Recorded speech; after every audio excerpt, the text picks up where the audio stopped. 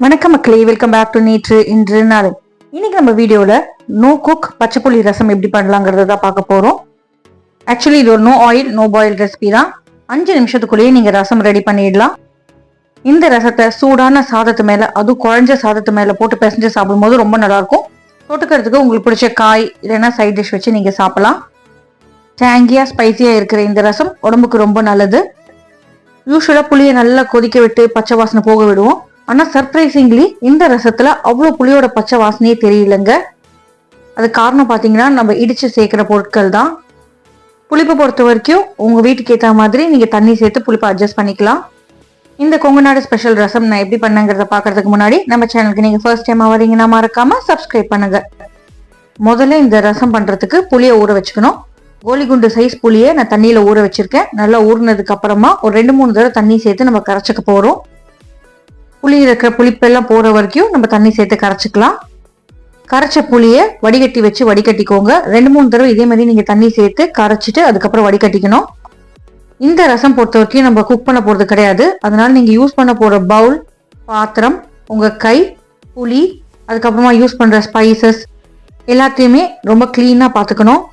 இப்போ ஒரு இடிகள் எடுத்துக்கோங்க. இடிகளில் 1/2 டீஸ்பூன் அளவுக்கு ஜீரகம், 1/2 டீஸ்பூன் அளவுக்கு மிளகு சேர்த்துக்கலாம்.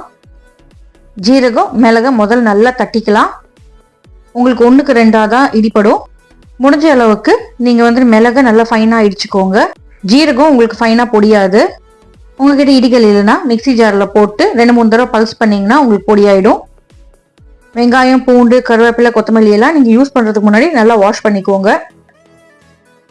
இது ஓரளவுக்கு இடிச்சு முடிச்சதுக்கு அப்புறமா இதுலயே கொஞ்சம் தாராளமா கருவேப்பிலை சேர்த்துக்கலாம். அடுத்ததா சின்ன பல் பூண்டா இருந்தா ஒரு 5-6 பல்லு பூண்டை தோலை உரிச்சிட்டு சேர்த்துக்கோங்க. அடுத்ததா ஒரு 8-9 சின்ன வெங்காயம் சேர்த்துடலாம்.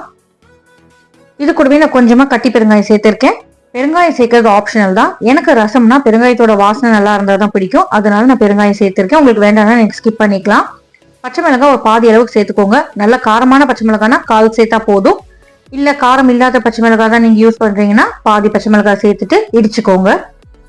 பச்சை மிளகாய் கருவேப்பிலை தான் இடிப்படுறதுக்கு கொஞ்சம் டைம் ஆகும். நல்லா அந்த குழைய வச்சு சுத்தி விட்டீங்கனாலே உங்களுக்கு அதுவுமே மசிஞ்சிடும்.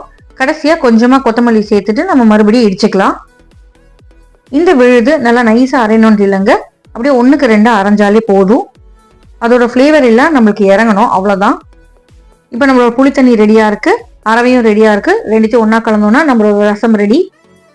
நான் கல்லுப்பு யூஸ் பண்றதுனால இந்த அரவையிலேயே கொஞ்சமா உப்பு சேர்த்து மறுபடியும் ஒரு 2 தடவை இடிச்சுக்கிறேன்.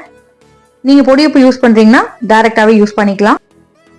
இப்போ நம்ம கரைச்சி வச்சுக்கிற புளி தண்ணியில புளிப்பு ஜாஸ்தியா இருந்தா கொஞ்சமா தண்ணி சேர்த்துட்டு புளிப்பு கரெக்டா இருக்கான்னு பாத்துக்கோங்க. அரைச்சி வச்சிருக்கிற அந்த விழுதை இந்த புளி தண்ணியில சேர்த்துட்டு நல்லா கரைச்சிக்கலாம்.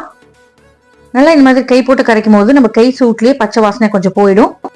மறக்காம இடிகள்ல கொஞ்சமா தண்ணி சேர்த்துட்டு அலம்பிட்டு அந்த தண்ணியுமே சேர்த்துக்கோங்க. ஏன்னா அதுல நிறைய ஃபிளேவர்ஸ் இருக்கும்.